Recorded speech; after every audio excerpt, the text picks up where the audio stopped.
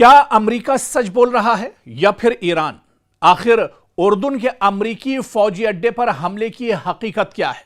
और पूरी दुनिया दरअसल इसे समझना चाह रही है, क्योंकि आईआरजीसी की तरफ से जो बड़ा दावा किया जा रहा है कि जो हमला उर्दून पर किया गया है, इसमें अमेरिका को बहुत बड़ा झटका लगा है, अमेरिका को बहुत बड़ा नुकसान उठाना पड़ा है। मशरिक़ वस्ता में जारी कशीदगी एक बार फिर नए मोड़ पर पहुंच गई है। ईरान की पासदारानी इनकलाब यानी आईआरजीसी ने कुछ नई तस्वीरें जारी की हैं और दावा किया है कि इन तस्वीर में उर्दून में मौजूद अमेरिकी फौजी अड्डे को होने वाले नुकसान को देखा जा सकता है। दूसरी जानिब अमेरिकी सेंट्रल कमांड यानी सेंटकॉम इन दावों को मुस्तरद कर रहा है और कह रहा है कि ईरानी हमला मौसर नहीं था। ऐसे में बड़ा सवाल यही है कि आखिर इस हमले की हकीकत क्या है। तो इसे दरअसल तफसील में जाकर समझना होगा, क्योंकि एक तरफ ईरान दावा कर रहा है लेकिन अमेरिका दावे को झुठला रहा है। ईरान का कहना है कि उसने हालिया अमेरिकी हमलों के जवाब में उर्दून में वाक़े अमेरिकी फौजी तंसीबात को निशाना बनाया। आईआरजीसी की जानिब से जारी की गई तस्वीर में कुछ इमारतों, हैंगर्स और फौजी ढांचे को नुकसान पहुंचा हुआ दिखाया गया है। ईरान का दावा है कि यह तस्वीर इस बात का सबूत है कि इसके मिसाइल और ड्रोन अपने टारगेट तक पहुंचे और अमेरिकी अड्डों को नुकसान पहुंचाया। दूसरी जानिब अमेरिकी सेंटकॉम का मौकफ बिल्कुल इससे मुख्तलिफ है। अमेरिका का कहना है कि इसके फजाई दिफाई निजाम ने बेशतर हमलों को रास्ते में ही नाकाम बना दिया और ईरानी दावे मुबालगा आमेज या प्रोपेगंडे पर मबनी है। अमेरिकी हुकाम के मुताबिक फौजी ऑपरेशंस मामूल के मुताबिक जारी हैं और किसी बड़े नुकसान की तस्दीक नहीं हुई है।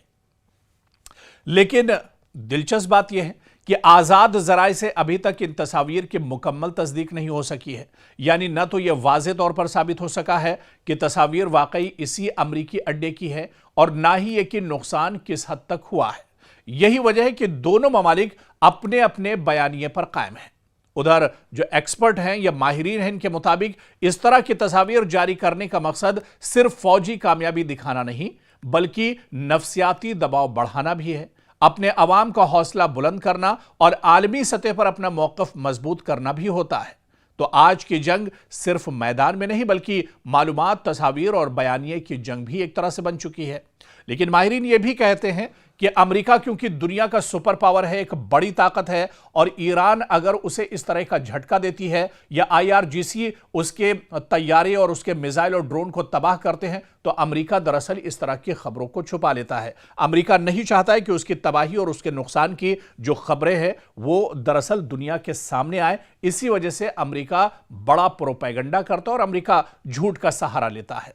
और यहां पर यह मानकर चलिए कि वाकई में अगर आईआरजीसी के दावे में दम है और अगर यह घटना सच्ची है तो अमेरिका को काबिल जिक्र नुकसान पहुंचा है और इसके खित्ते की सलामती पर भी इसके बहुत दूररस असरात मुरत्तब हो सकते हैं। और अगर ईरान के दावे दुरुस्त साबित होते हैं तो जाहिर सी बात है कि इसका सबसे बड़ा जो असर है वो अमेरिका की साख पर पड़ेगा और डोनाल्ड ट्रंप के लिए बहुत बड़ा झटका है। हालांकि तेहरान इस खबर की तस्दीक कर रहा है और उसने बाकायदा तस्वीरें भी दुनिया के सामने जाहिर की हैं और उसने दिखाया है कि आखिर उस दिन क्या हुआ था जब उर्दून पर बड़ा हमला ईरान की तरफ से किया गया था। ईरान अमेरिका के कई जेट F-35 तैयारे मार गिराए गए थे, अमेरिकी फौजी भी इसमें मार गिराए गए थे, कई अमेरिकी फौजी मारे गए और कई जख्मी हुए हैं। इस तरह की भी खबरें हैं। लेकिन अमेरिका दरअसल अपनी साख बचाने के लिए या ये कहा जाए कि अपनी इज्जत बचाने के लिए अमेरिका लगातार इस तरह की खबरों को लेकर प्रोपेगेंडा कर रहा है। गजा जंग खत्म होने की तरफ है, यह बहुत बड़ा सवाल है, क्योंकि ट्रंप का बड़ा ऐलान है कि हमास समेत तमाम मुसल्लह ग्रुपों के साथ हथियार डालने पर तारीखी मुआहदा एक तरह से हो गया और यह कोई और दावा नहीं कर रहा है, यह दावा दरअसल डोनाल्ड ट्रंप कर रहे हैं। हालांकि डोनाल्ड ट्रंप के दावे में कितनी सच्चाई है ये दुनिया एक तरह से देख रही है किस तरह से डोनाल्ड ट्रंप के बयानात लगातार बदलते रहते हैं, लेकिन क्योंकि गजा जंग को लेकर यह बड़ा बयान आया है, हमास को लेकर यह बड़ा बयान आया है, इस वजह से इस पूरे बयान को दरअसल समझना होगा। क्योंकि अमेरिकी सदर डोनाल्ड ट्रंप ने ऐलान किया है कि गजा में हमास और दीगर तमाम मुसल्लह ग्रुपों के मुकम्मल गैर मुसल्लह होने यानी हथियार डालने के लिए एक तारीखी मुआहिदा तय पाया है। उन्होंने इसे गजा में मुस्तकिल अमन और इजराइल की सलामती की जानिब एक अहम पेशरफ्त करार दिया है। ट्रंप ने अपने social media platform truth social पर कहा कि यह मुआहिदा मरहलावार नाफिज किया जाएगा। इनके मुताबिक हथियार डालने के अमल के साथ साथ इजरायली फौज भी बतदरीज गजा से इनखला करेगी, जबकि सिक्योरिटी बरकरार रखने के लिए एक बैनुल-अक़वामी स्टेबलाइजेशन फोर्स तश्कील दी जाएगी, जो नई फिलिस्तीनी पुलिस फोर्स के साथ मिलकर एक तरह से काम करेगी। डोनाल्ड ट्रंप ने मिस्र, कतर और तुर्की की सालसी की कोशिशों को भी सराहा और कहा कि इस मुआहिदे से गजा में नई फिलिस्तीनी इंतजामिया के क़याम की राह हमवार होगी। ताहम इस ऐलान के बावजूद सूरत हाल मुकम्मल तौर पर वाज़ेह नहीं है। हमास की जानिब से इस मुआहिदे की बाज़ाब्ता तस्दीक सामने नहीं आई है, जबकि इजराइल ने भी इस पर हतमी सरकारी रद्द अमल जारी नहीं किया है। मुबस्सिरीन के मुताबिक मुआहिदे पर अमल दरामद और इसकी कामयाबी का इन्हिसार आइंदा मुज़ाकरात और ज़मीनी पेशरफ्त पर एक तरह से होगा।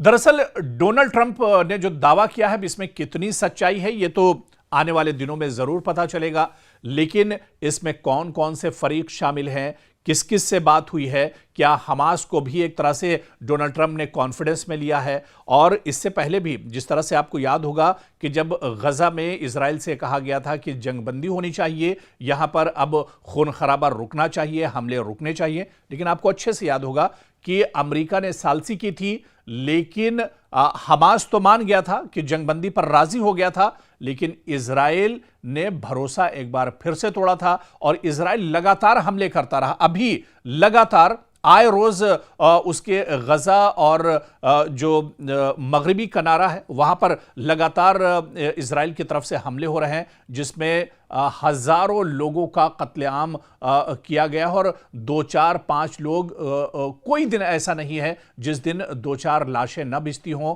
या मासूमों का कत्लेआम गजा में ना होता हो।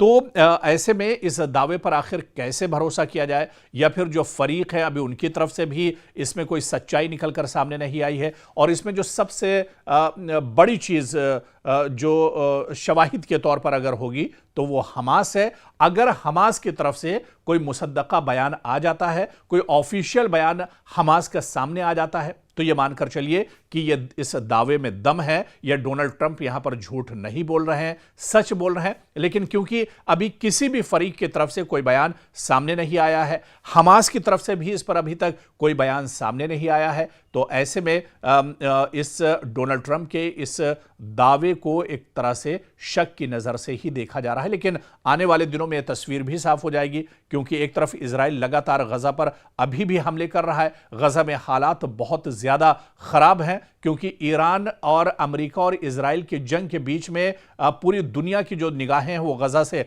हट गई थी। बल्कि कुछ माहिरीन ये भी कह रहे थे कि गजा से जहन भटकाने के लिए दरअसल ईरान के साथ जंग शुरू की गई है। लेकिन अब इस जंग में डोनाल्ड ट्रंप ने गजा का फिर से सहारा लिया है। क्या ईरान की तरफ से जहन भटकाने को लेकर यह बयान दिया गया है? इस तरह के दावे भी किए जा रहे हैं। तो आने वाले दिनों में डोनाल्ड ट्रंप के दावे में कितना दम है, इस पर भी एक तरह से तस्वीर साफ हो जाएगी। क्या अमेरिकी सदर डोनाल्ड ट्रंप की मकबूलियत में दरार पड़ने लगी है? जी हां, क्या डोनाल्ड ट्रंप की मकबूलियत में अब कमी आने लगी है? क्या अमेरिकी अवाम अब अपनी ही हुकूमत की पॉलिसियों से नाखुश हैं? और क्या ईरान के साथ कशीदगी और महंगाई व्हाइट हाउस के लिए सबसे बड़ा सियासी चैलेंज बनती जा रही है? दरअसल ये सवाल इस वक्त अमेरिका में भी उठ रहे हैं। अमेरिका में सामने आने वाले एक नए CNN SSRA सर्वे ने सदर डोनाल्ड ट्रंप के लिए खतरे की घंटी बजा दी है। सर्वे के मुताबिक अमेरिकी अवाम की एक बड़ी तादाद को लगता है कि सदर डोनाल्ड ट्रंप मुल्क के असल मसाइल से तवज्जो देने के बजाय दूसरी तरजीहात में मसरूफ हैं। ना कि अमेरिका के अवाम, अमेरिका में डेवलपमेंट, अमेरिका में दूसरे जो मसले मसाइल हैं उस पर उनका कोई फोकस नहीं है, बल्कि उनकी तरजीहात ईरान, गजा और मशरिक़ वुस्ता पर एक तरह से फोकस है। और इस सर्वे में सबसे चौंकाने वाला पहलू यह है कि 73% अमरीकियों का कहना है कि सदर ट्रंप अमरीका को दरपेश सबसे बड़े चैलेंजेस पर मुनासिब तवज्जो नहीं दे रहे। यह शरह अब तक की बुलंद तरीन सतहों में शुमार की जा रही है, जो अवामी बेचैनी की अक्कासी करती है।